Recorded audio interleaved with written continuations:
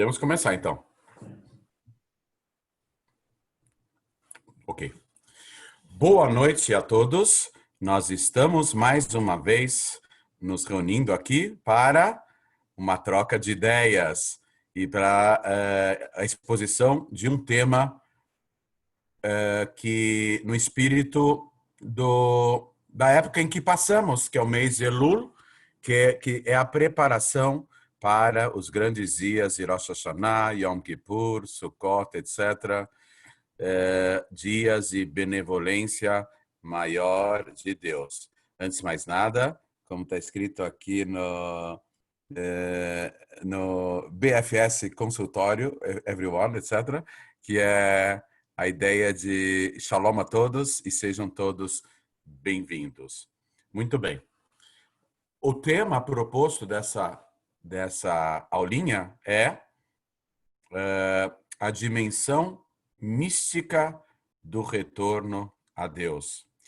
Nós vamos falar um pouquinho mais sobre o assunto de Teshuvah, mas nos atendo mais numa obra que está dentro do Tânia chamada Igeret HaTeshuvah, a carta da Teshuvah do retorno a Deus. Vamos falar em poucas linhas, em poucas palavras. Vamos tentar analisar um pouquinho mais o que é realmente esse retorno a Deus. No Zohar está escrito a palavra Teshuvah, é explicada no Zohar, principal obra da Kabbalah, como Tashuv Rei, retornará a letra Rei. O tetragrama do nome de Deus, que nós não pronunciamos, ele só será pronunciado depois da reconstrução do terceiro templo, quando os judeus serão autorizados novamente a poder pronunciar o nome do tetragrama de Deus. O tetragrama de Deus é composto de 4 letras: Yud, Rei, Vaf, Rei. Esse Vav tem som esse Vav tem som duplo, O e V, né? Yud, Rei, Vav, Rei. Então, com Yud, Deus criou o mundo vindouro e os mundos espirituais. Com Rei, Deus criou esse mundo. Mas em relação à nossa alma, também existe o conceito de que o rei de cima é chamado o rei, a letra rei. A letra rei de cima é chamado da letra rei. Ilá seria de cima, superior. Tem o rei superior e tem a letra rei, a segunda letra do nome de Deus, rei, do tetragrama, é o rei inferior. Com o rei superior, Deus criou a conexão maior da nossa alma com ele, a parte mais espiritual do nosso ser, uma parte que está acima da nossa própria identidade. Conexão total, onde a nossa identidade é anulada perante esse nível, que nós acabamos nos confundindo com a própria divindade na nossa origem maior. O segundo rei, que é o rei inferior, já está ligado com a nossa identidade. Mesmo no campo espiritual, já somos alguém, não somos totalmente anulados. Esse é o rei inferior. O que acontece quando a pessoa peca, quando a pessoa transgride a vontade de Deus? Essas duas letras, que não são meras letras, não são meras representações gráficas, grafológicas. São conceitos espirituais representados por letras. Então, eles decaem, eles caem do seu nível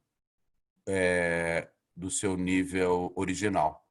Há uma queda dos dois reis, das duas letras reis. Tanto o rei superior, responsável pela nossa parte mais elevada da alma, que está acima até da nossa identidade, uma conexão maior com Deus, e o rei inferior está ligado com a nossa espiritualidade e também com o nosso corpo físico e também com a alma dentro do corpo, mas já temos uma identidade, mesmo nos mundos espirituais. O que ocorre com esses dois conceitos? Eles decaem do seu nível original quando nós transgredimos a vontade de Deus. Interessante que o primeiro Rebbe de Lubavitch, nessa obra, que é a Epístola, a carta, a Epístola da Teshuvah, Igeret HaTeshuvah, do retorno a Deus. Então, o que o Zohar explica que é Teshuvah? Tashuv Rei é a dinâmica da alma de recolocar a letra Rei no seu devido lugar. Os dois conceitos espirituais, os responsáveis, o Rei superior pela nossa parte mais íntima da alma, acima da identidade, e o Rei inferior, responsável pela nossa espiritualidade já com identidade, ou seja, já individualizada. Então, a nossa dinâmica é no sentido de recolocar esses dois fluxos de espiritualidade no seu devido lugar. Quando eles despencam do seu nível? Quando nós transgredimos a vontade de Deus. Veio o primeiro Rebbe de Lubavitch, ele fala que retornar a Deus e se arrepender das falhas não é uma coisa muito complicada. Em geral, as pessoas acham, não, é um trabalhão mudar totalmente a nossa vida e reconsiderar todos os nossos atos. A carne é fraca. Como que eu vou deixar de fazer uma coisa que é errada se eu gosto de fazer essa coisa errada? Muito simples. As pessoas têm essa têm inclinação do mal. Então, como que eu vou deixar de fazer? Mas eu gosto de fazer isso. É errado? Eu sei que é errado, mas eu gosto. É errado? É errado. Mas eu preciso me convencer. Eu preciso me convencer a tal ponto de que eu me sinta mal em fazer isso. Se eu me sinto bem em fazer isso, mesmo que seja errado, eu não só não estou convencido, como eu estou bem longe disso aqui, né? Então as pessoas acham bem complicado mudar a vida toda, se arrepender das falhas, retornar a Deus. Veio o primeiro Rebbe e falou, não é tão complicado assim, não. Calma, take it easy. Não. Na época do primeiro Rebbe, 200 anos atrás, na Rússia, na Ucrânia, não tinha o termo take it easy em inglês, fique calmo. Muito bem. Ele fala, relaxa, relaxa. Por quê? Porque, em primeiro lugar, chuva é uma resposta do Rebbe a outros movimentos ortodoxos judaicos. Os outros movimentos ortodoxos judaicos, eles tremem todos nessa época. E é uma choradeira geral. E uma vez eu ouvi dizer que um casal dessa filosofia, dessas outras orientações, eles foram para Rupá, para o palio nupcial, no casamento. O noivo parecia que estava indo para a forca.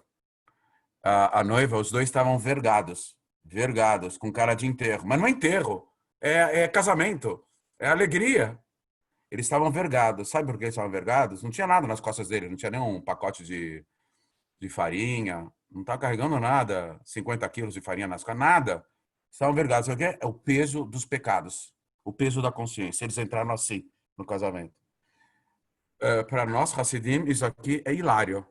Dá vontade de rir, é rir para não chorar. Porque não é essa a verdadeira filosofia do judaísmo.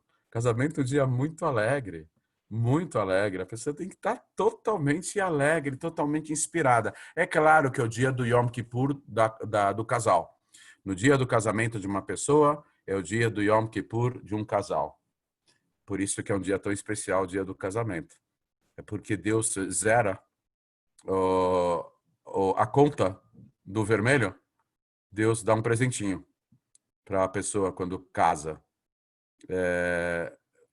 Porque os anjos defensores da pessoa, lá em cima, nos mundos espirituais, falam, olha, se essa pessoa pisou na bola a vida inteira, é porque ela ainda não tinha a outra metade dela. O noivo não tinha noiva e a noiva não tinha noiva. Então eles nem podiam acertar muito. Deus, dá um desconto aí, vai. Agora eles são inteiros, uma metade, outra metade. Até agora só pisaram na bola. Dá uma zerada aí, dá um desconto aí, uma anistia geral, coisa e tal, das dívidas, coisa e tal. Aí Deus dá uma zerada. Então vale a pena casar para ter zerado. Não é só para isso. Além de outras grandes vantagens de casar, já é o suficientemente bom só para zerar a conta espiritual da pessoa. Uma pessoa que casa é como uma pessoa recém-nascida.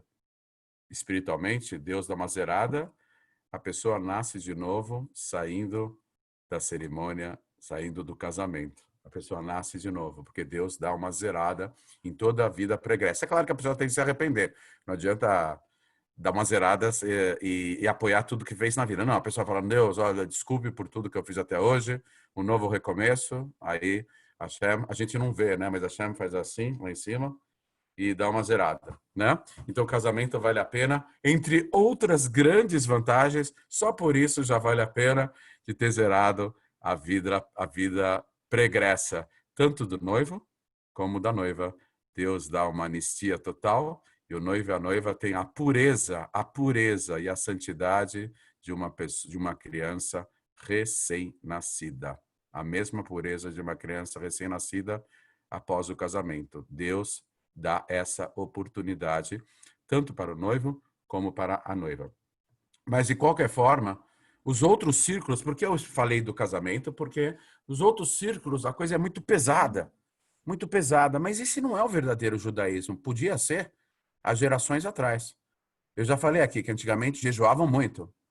Eu tenho uma conhecida, é uma pessoa famosa, de fino trato. Ela tem um programa na Rádio Mundial para mais de 50, 70 mil pessoas que assistem. É uma pessoa de fino trato. Só que ela fala muito da outra religião, fala do JC, coisa, mas ela não toca muito no assunto, mas ela fala muito da Bíblia, coisa e tal. É uma pessoa de fino trato. Ela vive jejuando. Eu não sei como ela não passa mal, porque na religião dela ela vive jejuando. Antigamente, quando as pessoas jejuavam, eu já comentei aqui anteriormente, quando as pessoas jejuavam, as pessoas eram muito fortes espiritualmente. Elas quebravam o corpo e a alma saía fortalecida. Só que hoje em dia nós somos fraquinhos espiritualmente, fisicamente, a gente não aguenta nada. A gente não é de nada, a gente é de marmelada. Então, jejuar hoje em dia, em vez de fazer o efeito positivo, faz o efeito negativo. Contrário. É contraproducente. Então, se a pessoa jejua hoje demais, ela não consegue fazer nada. Não consegue nem servir a Deus. Nada. A pessoa quebra o corpo, quebra a alma também. Festival de quebradeira. É caco, estilhaço para tudo que é lado. Quebradeira geral. Não vale a pena. Então, hoje em dia, a gente jejua raramente. No calendário judaico, são pouquíssimos os jejuns. Raramente. E, em geral, a gente substitui o jejum por tzedakah. Essa é a geração da tzedakah. Então, em vez de jejuarmos uma refeição, nós damos para tzedakah o valor de um PF. PF não é Polícia Federal, PF é prato feito. Eu não sei quanto custa, eu sei quanto custa o kasher, que é mais caro. Quanto que é o prato feito do bar da esquina. Então, a gente calcula o prato feito, não sei, 15, 20 reais. Não sei se é mais, se é menos, por aí, não sei o quê. Então, o prato feito e a gente dá para tzedakah, para caridade. E Deus considera como se nós tivéssemos jejuado. Porque Deus não exige o impossível das pessoas. Ele sabe que essa geração é muito fraquinha, tanto física como espiritualmente. Tanto espiritual como fisicamente. Nós somos fraquinhos. Então, nós temos que compensar. Deus, por meio dos seus sábios, através dos seus sábios, nos deu novas orientações. E a orientação dessa geração é compensar jejuns e mortificações. A história de rabinos há 200, 300 anos atrás, que eles, para se conectarem a Deus, eles sentavam no formigueiro, rolavam na neve. Pelo amor de Deus. Hoje em dia soa estranho. Naquela época podia ser comum, mas hoje em dia soa estranho. Porque não temos mais essa capacidade. Se a gente sentar no formigueiro, a gente vai direto para o hospital. Com suspeita de Covid. Tô brincando. Não, não se brinca coisa séria. Muito bem. A ideia é que o primeiro Rebbe falou o seguinte: não é nada disso de fazer mortificações, de fazer sofrer o corpo, penitência, jejuns, coisa e tal. Não. O primeiro Rebbe fala: o principal da Teshuvah é abandonar o. Não, primeiro ele fala. Não, ele fala primeiro o principal da Teshuvah. No começo ele fala assim, é abandonar a falha. Deixar de fazer aquilo que está errado. Depois ele vai lá e esclarece mais. Ele fala que não. Que na nossa geração, o prioritário é cumprirmos a vontade de Deus. Porque nós fazendo a vontade de Deus, automaticamente vamos deixar de fazer coisas negativas. É o bem que leva, é o bem que fortalece a pessoa para deixar de fazer o mal. A gente não deixa de fazer o mal para fazer o bem. Nessa geração, é o contrário. A gente faz o bem para deixar de fazer o mal. Começa com bem. É mais fácil. Começa com bem. Depois a gente abandona o mal. A nossa alma é sensível. À medida que a gente vai fazendo bem, ela vai achando esquisito fazer o mal, fazer a coisa errada, né? Existe um ditado racídico da filosofia racídica que diz o seguinte: na medicina há duas formas de curar um corpo. A primeira é combater diretamente a enfermidade do órgão afetado. O órgão principal afetado do corpo combate-se diretamente. Há uma outra forma, outra estratégia, outra técnica da medicina, fortalecer o corpo como um todo. Fortalecendo o corpo como um todo, automaticamente aquele órgão afetado, ele cria uma resistência maior para poder, né, cria anticorpos, coisa e tal, para poder se recuperar da enfermidade, coisa e tal. A mesma coisa em relação à nossa espiritualidade. Nós podemos combater o mal direto, mas hoje em dia é muito difícil combater o mal. Pum! A gente está fazendo a coisa errada, vou cair em cima da coisa errada. Difícil. Difícil. A pessoa vai falar, como que eu posso parar de fazer aquilo que eu gosto tanto de fazer, apesar de saber que tá errado? Não é difícil, eu gosto de fazer aquilo. A carne é fraca, eu sou fraco, coisa e tal. E aí? E como que fica? Então vem a segunda receita. Começa a fazer o bem. Começa a fazer o bem, você vai se refinar. E à medida que você vai se refinando, você cria uma idiosincrasia, uma repulsa, uma aversão automática às coisas erradas. À medida que você vai acertando, você vai deixando de errar. Porque o erro é o desacerto. Acerto é o contrário do desacerto. Começa a acertar cada vez mais. Aí o número de desacertos, comparativamente, vai ficar pequeno. E ficando pequeno, ele acaba sendo anulado. E os acertos fortalecem a sua alma. Os acertos. Ou seja, o que é acerto? São as mitzvot. Tanto as 7 mitzvot dos Bnei Noach, como as mitzvot do povo de Israel. Os mandamentos divinos, uma vez cumpridos, em todos os níveis, vão fortalecendo a alma que nos anima por dentro. E fortalecendo a alma, automaticamente a gente vai abandonando, muitas vezes até de forma imperceptível, nós vamos abandonando coisas que se antagonizam, comportamentos, atitudes e condutas que se antagonizam à vontade de Deus. Isso é muito interessante, porque a pessoa só peca quando ela está num nível menor, mais baixo.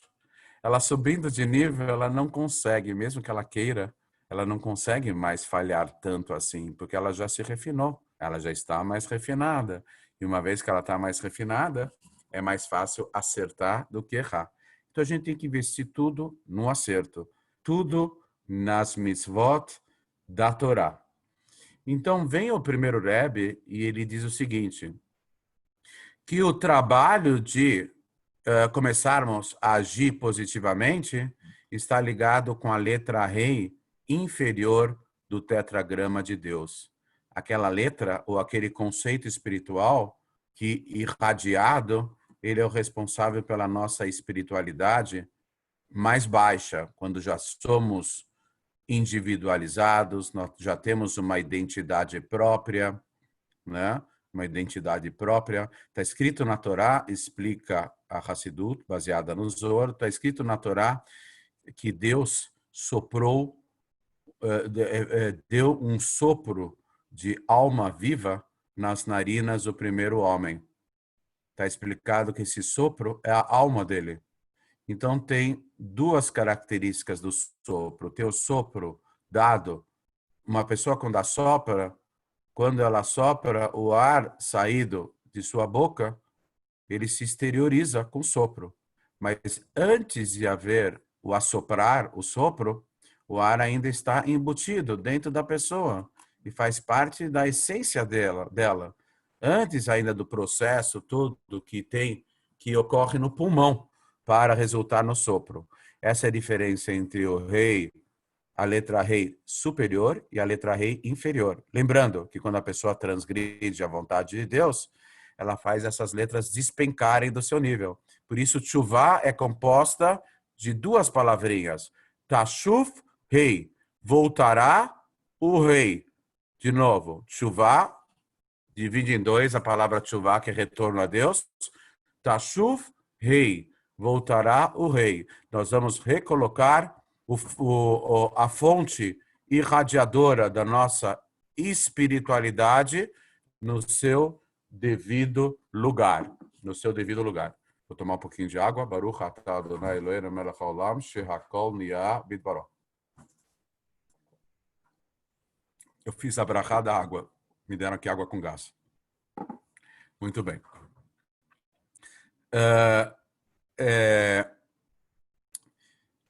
O primeiro movimento é fazermos o bem. Fazermos o bem já é considerado tshuvá.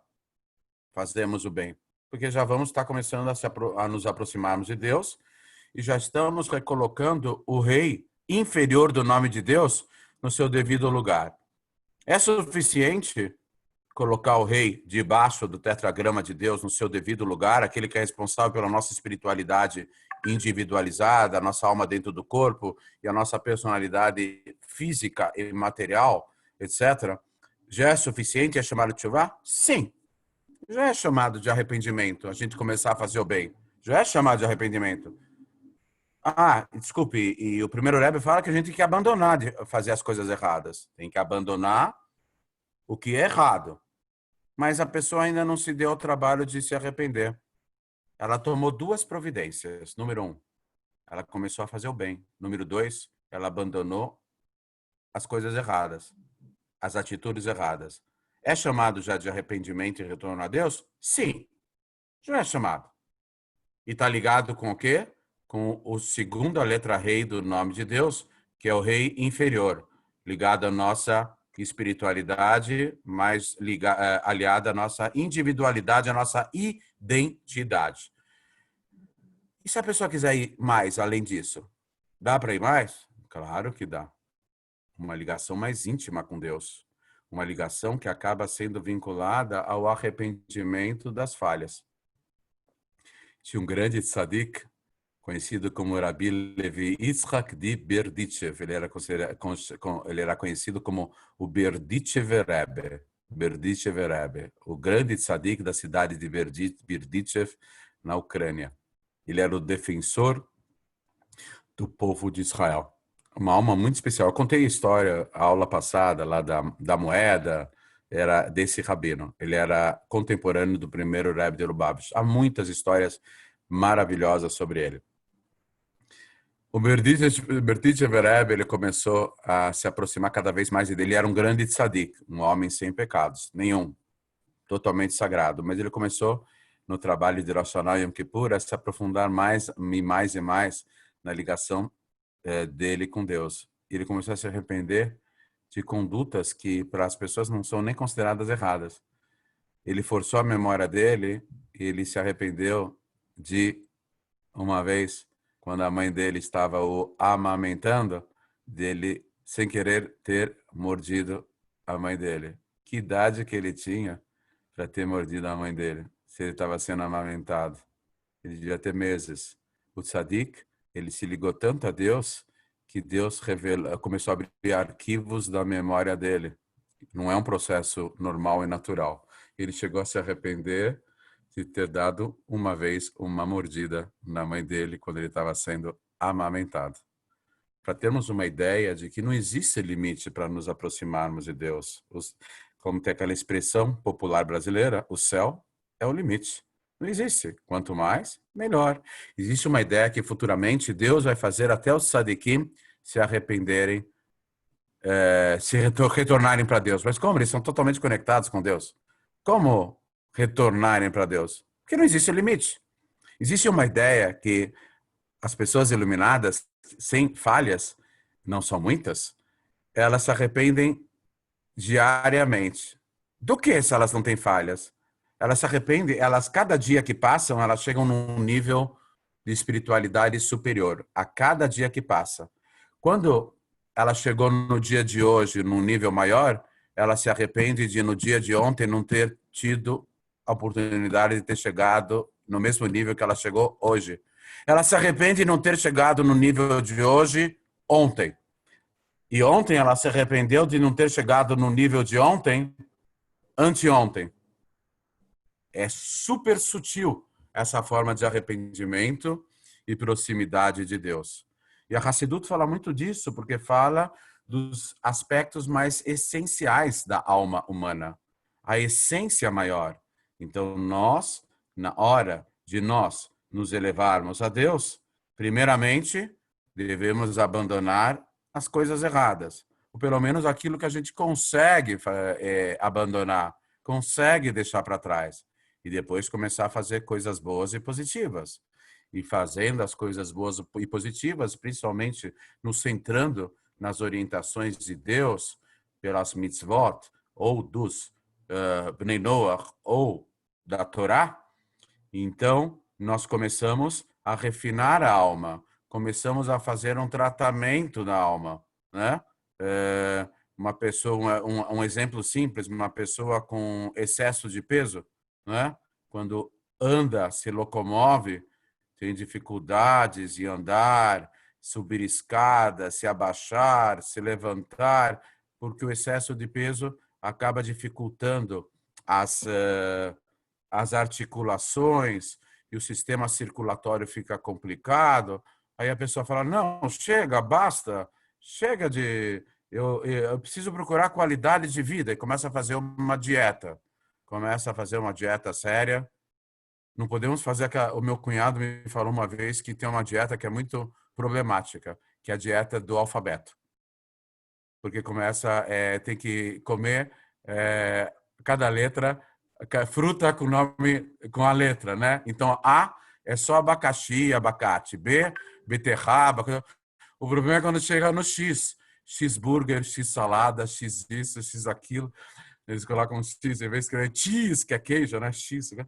Brincadeira, uma piada. Mas, na verdade, a ideia é de que a pessoa, quando começa a fazer dieta e começa a perder peso, aos pouquinhos começa a perder peso, ela começa a se sentir melhor, começa a andar melhor, não tem dor nos joelhos, não tem dor nas articulações, no pé, o inchaço passa. Quando ela aperta a pele, não faz aquela bolinha amarela, não está inchada, a pele não fica tão avermelhada, coisa e tal, não sei o quê.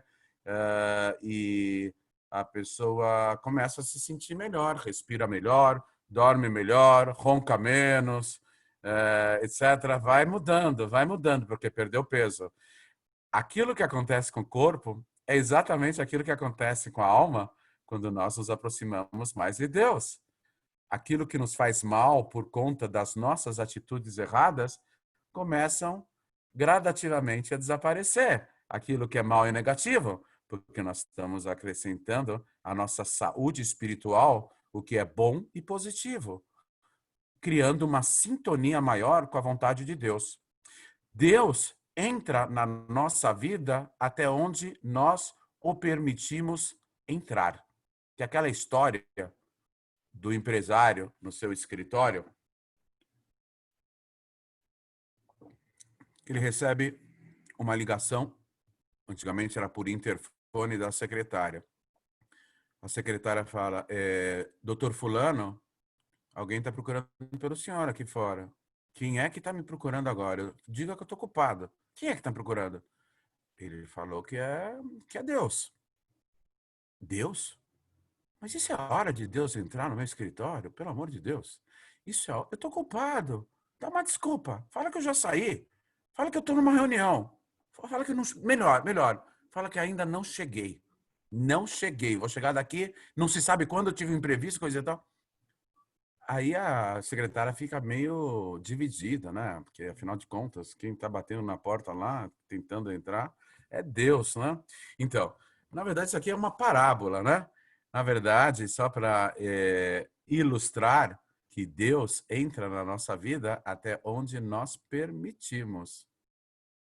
E a pessoa que vai estabelecer a conexão com Deus não depende de Hashem, depende de nós. Nós que vamos estabelecer o quanto Hashem vai entrar na nossa vida. Agora, as pessoas se enganam também. Tem gente que fala, não, isso é muito comum em outras religiões e alguns círculos do judaísmo também. O cara vira fanático. Ele acha que ele só fala de Deus, de Deus, de Deus, mas é um um palerma, né? O cara é um bobalhão, né? Fala Deus, Deus, Deus, mas o cara não consegue distinguir nada, não consegue falar com as pessoas, não entende nada de psicologia humana, consegue falar tudo que vai entrar por um ouvido e sair pelo outro. Isso daqui não é orientação divina. Falar de Deus não significa que a pessoa está próxima de Deus. Ela pode usar esse argumento para confundir os outros, né? Assediar os outros, humilhar os outros. Não é assim. Não podemos usar, não podemos usar a religião, a orientação religiosa ou a própria concepção de Deus para ferir as outras pessoas, para manipular as outras pessoas.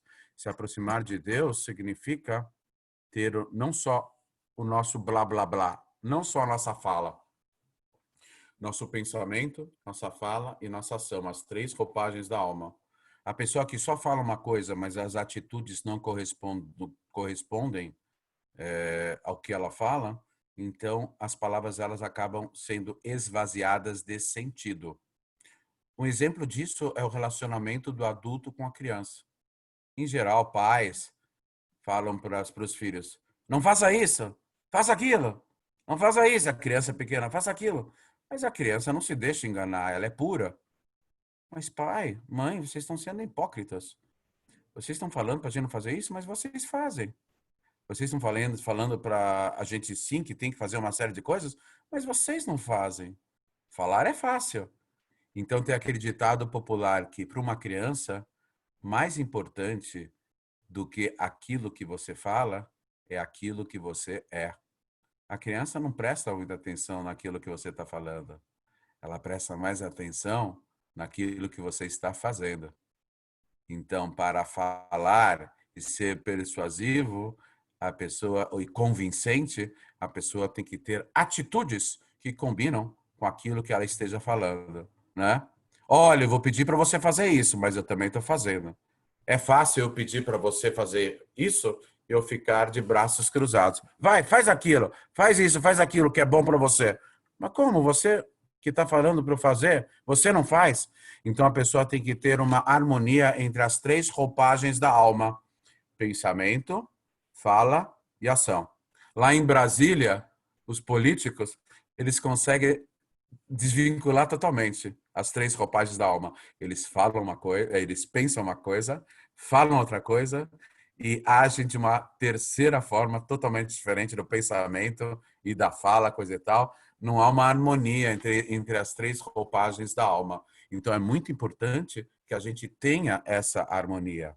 Então, cada vez mais nos aprofundando na conexão com Deus, e a gente faz. E uma dica aí, pessoal, uma dica. Existe existe uma gíria em círculos bem específicos chamada de síndrome do foguete. Síndrome do foguete. É aquela pessoa que fica entusiasmada com uma orientação religiosa, seja qual for, né? Ela mergulha de cabeça na orientação religiosa. Ela começa a ficar cada vez mais, ela sobe vertiginosamente, mas como um foguete. Aquele foguete que sobe até uma certa altura, subiu rápido demais, queimou etapas. Chegou naquela altura, com a mesma velocidade que subiu, cai, despenca. Quando isso acontece? Quando a gente queima etapas. Na nossa elevação espiritual, é preferível lentamente, a passos firmes e seguros, do que espavoridamente, né? Atropeladamente, querendo ser a melhor pessoa do mundo e queimando etapas. E em cima e na contabilidade dos outros, né? Pisando nos outros e queimando etapas. Às vezes, na vida, para nós termos uma dinâmica bem feita, não podemos queimar etapas. Não podemos pular de um nível para outro sem passar pelos níveis intermediários. Então, quando nós amadurecermos espiritualmente, nos aproximando mais de Deus, aos pouquinhos, devagar e sempre. Não adianta eu conquistar algo hoje e já querer uma novidade amanhã, depois da manhã, e parar de fazer aquilo que eu estava fazendo de bom e positivo no dia de hoje. Não adianta pegar cada vez mais novidades na nossa devoção a Deus, esquecendo das básicas, das mais importantes. Trocar o principal pelo secundário. Isso é perigosíssimo, isso é muito comum, porque é próprio da natureza humana. O ser humano, a toda hora, ele esquece o principal e vai para o secundário.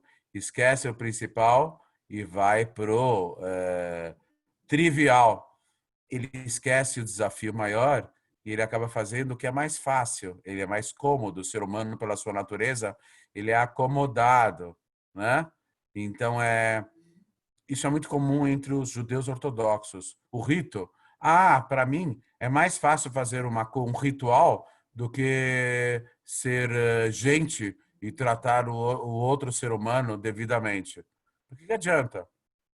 Você é muito religioso no seu rito, nas suas orações, mas na hora de falar com as pessoas, não parece a mesma pessoa que estava falando salmos até 5 minutos atrás. Que na hora de falar com as outras pessoas, é mais difícil a gente se conter, sermos mais compreensíveis, mais calmos, mais tolerantes. Isso é básico, é o basicão. Mas muitas vezes a gente deixa de lado o basicão porque é mais cômodo. É mais cômodo nós rezarmos para Deus do que tratarmos as pessoas devidamente bem. E quem falou que para rezar para Deus é mais importante que tratar o ser humano próximo da forma adequada?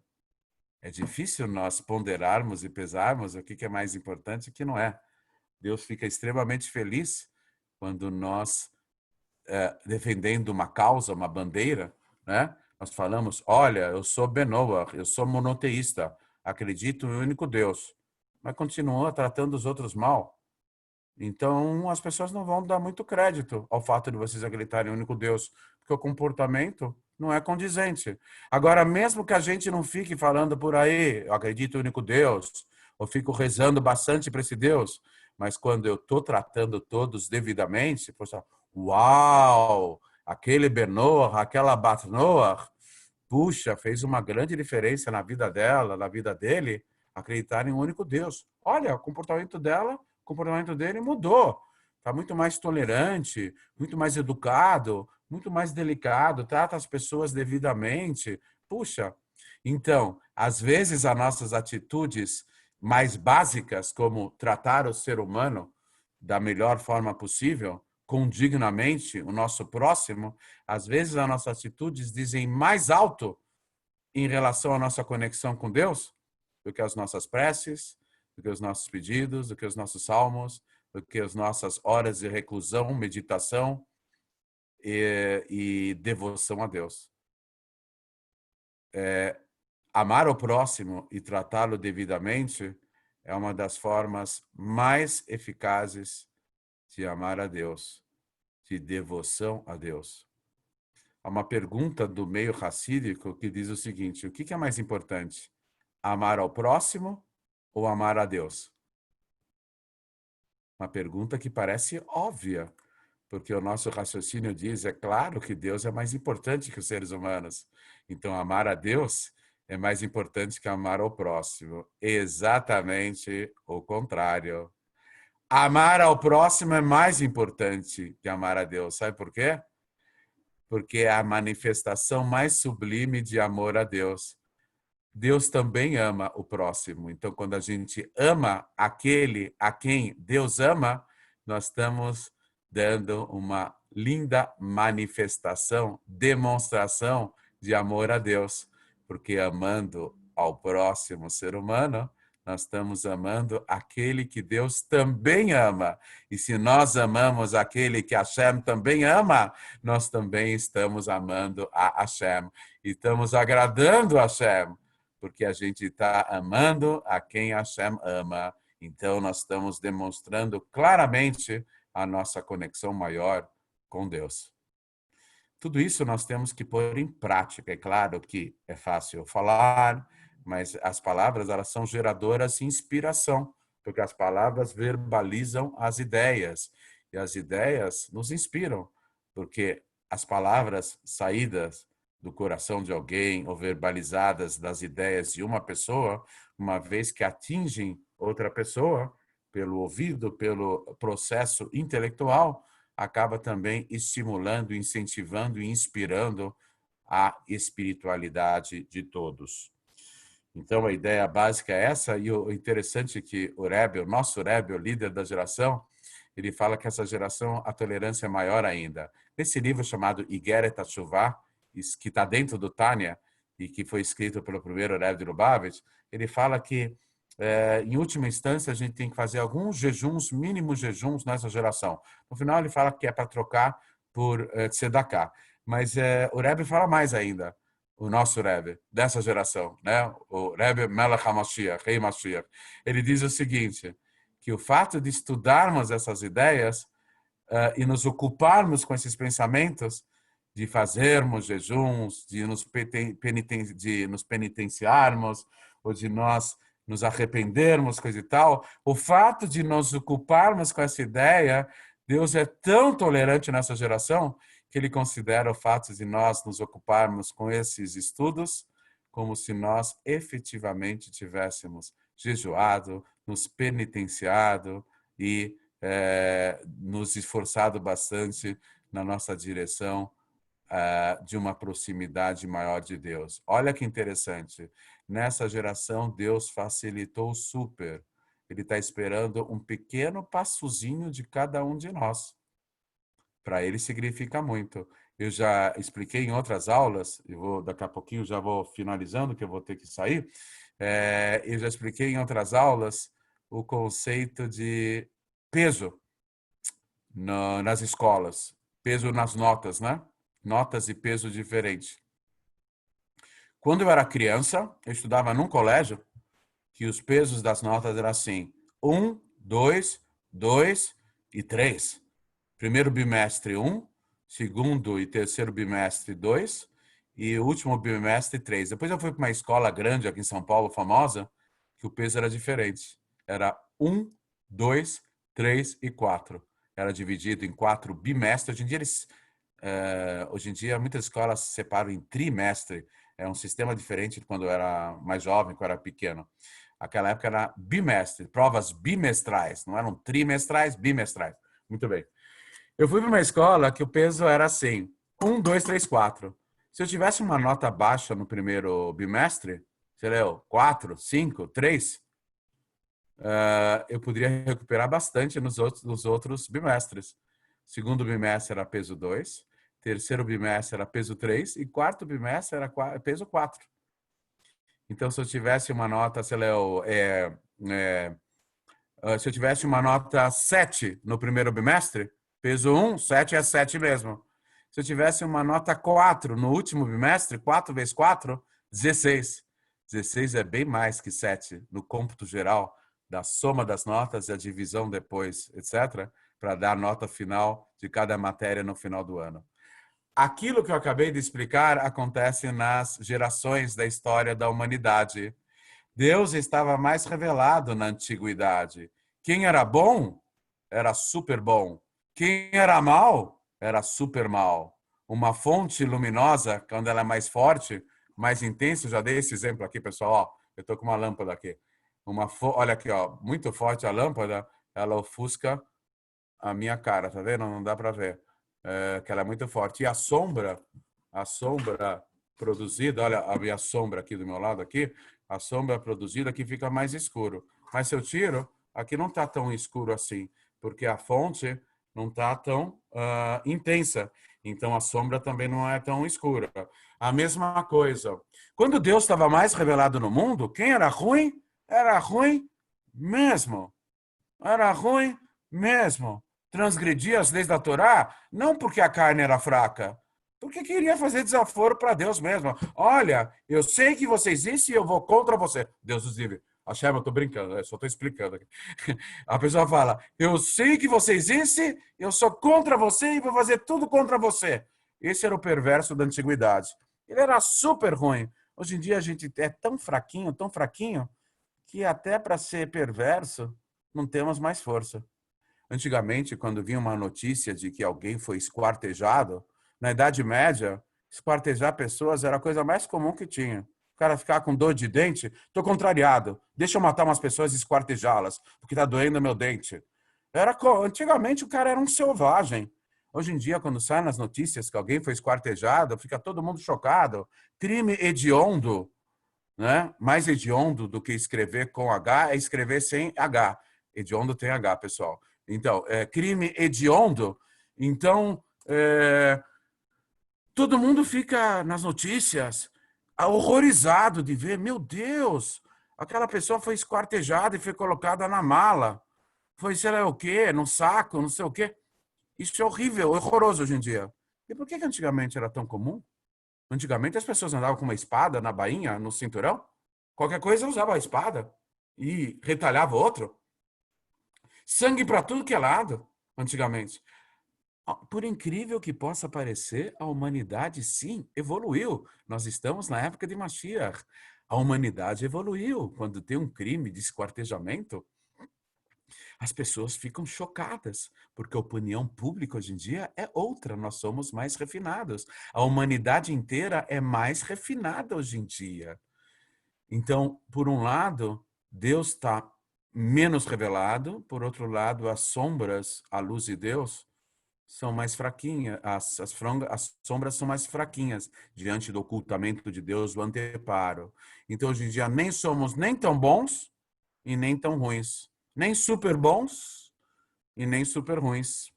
Então tem sua vantagem e sua desvantagem. Por isso, aquilo que a gente faz de bom e positivo, eu vou dar um exemplo, no povo de Israel, aquilo que um judeu faz de bom e positivo, hoje em dia, tem peso 4.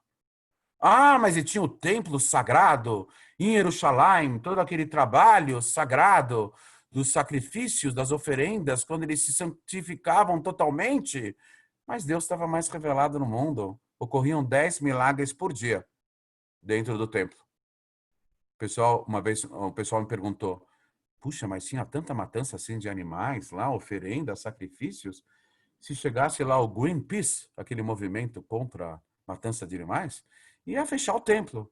Ia fechar coisíssima nenhuma. Eles iam chegar no templo e eles iam ver 10 milagres diários sendo revelados a cada dia, diariamente. Até o Greenpeace ia ficar impressionadíssimo. Ia ver que aquilo não era uma matança, era uma elevação espiritual. Até o Greenpeace. Então, aí a gente pergunta, então o pessoal era mais elevado naquela época, mas Deus estava mais revelado no mundo. Sabe as boas ações, as mitzvot, sabe que peso que tinha na época do templo? 1. E hoje em dia, qualquer coisinha mínima que a gente faz, qualquer coisinha mínima que a gente faz de bom e positivo, peso 4. O mínimo que a gente faz hoje vale muito mais do que o máximo que faziam na época do templo. Porque Deus só cobra diante da capacidade da pessoa. Hoje em dia somos mais fraquinhos, a lei da oferta e da procura. Os nossos atos bons e positivos valem muito mais. Naquela época que todo mundo era forte, era muito dedicado a Deus, porque Deus estava mais revelado no mundo, era mais fácil, então tem peso menor. Deus exige de acordo com a capacidade da pessoa. Então, o mínimo que fazemos não é tão pouco, pessoal. Eu vou terminar com essa frase a nossa aula, pessoal. O mínimo que faz... Animem-se, animem-se, animem-se. O mínimo que nós fazemos hoje em dia não é pouco. É muito aos olhos de Deus. E se para nós é mínimo, imagine se nós fazemos além do mínimo, que já é o máximo para Deus nessa geração. Se nós fazemos além do mínimo, nós estamos totalmente no lucro. Esse Deus infinitamente piedoso, bondoso, misericordioso, benevolente, complacente, condescendente, esse Deus maravilhoso que só exige diante da capacidade das pessoas, né? Não vão falar isso para os templos evangélicos, senão eles vão ter que fechar as portas amanhã mesmo, porque eles vivem assustando todo mundo. Mal sabem eles que Deus é muito melhor do que aquela figura horrorosa que eles apresentam dentro dos templos deles. Deus é maravilhoso, Ele é muito bondoso, infinitamente Ele sabe cada dificuldade que nós temos no nosso dia a dia. E Ele está participando junto com a gente. Então, na hora dele exigir, Ele exige aos pouquinhos aquilo que a gente pode, Ele vai com muita paciência, etc. Né? Então, na verdade, a gente já está no lucro. Mas vamos aproveitar os últimos momentos antes da revelação do Mashiach para fazermos um pouquinho mais além do mínimo. É claro que o mínimo, aos olhos de Deus, é bastante. Mas se a gente puder fazer um pouco mais, melhor ainda. Que tenhamos um ano bom e doce em todos os sentidos, Shana Tová Umetuká, um ano bom e doce.